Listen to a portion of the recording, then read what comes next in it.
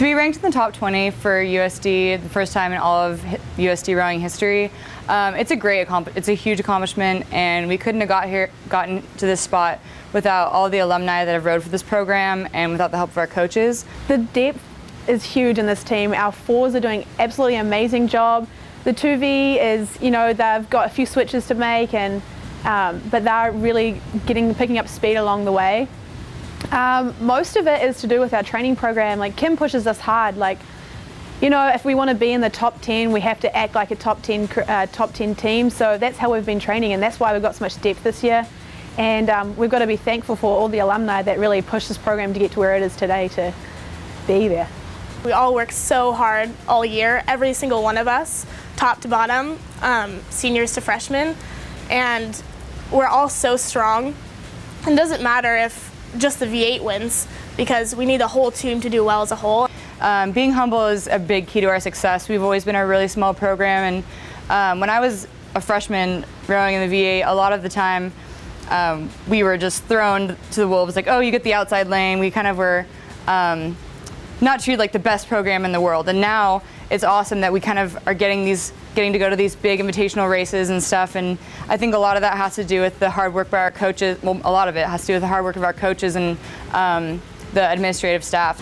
I think the biggest key, especially we have 4 weekends in a row racing, is just focusing on the next race ahead. Not even the weekend itself, but just the next race you have, like whether it's with Clemson or whether it's at San Diego Crew Classic, the heat versus the final.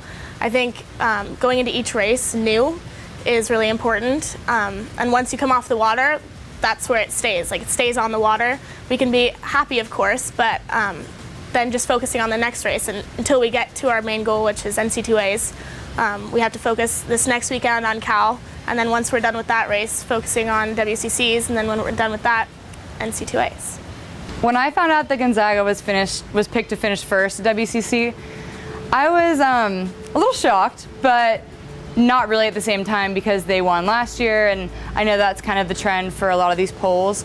I know that a lot of people don't know how fast we are this year, and a lot of girls who have been on the team are getting faster. We have transfers who have brought a lot of speed to this team, and also just the positive attitude and the passion shared by all the girls in my boat, every single boat, the whole team as a whole, has been life-changing for me.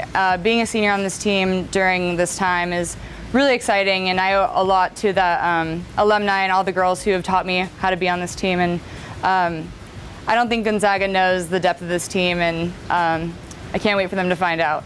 During the race, we were initially going from Gonzaga, and we were excited about that, but then we even heard that we were gaining on UCLA at one point, and I think it was an eye-opener of a race. We're like, wow, we're not just going for Gonzaga these days, we're actually going for UCLA. So, we want to say watch out world to not just Gonzaga, but the rest. And, little USD, they're trucking along, we're coming up there.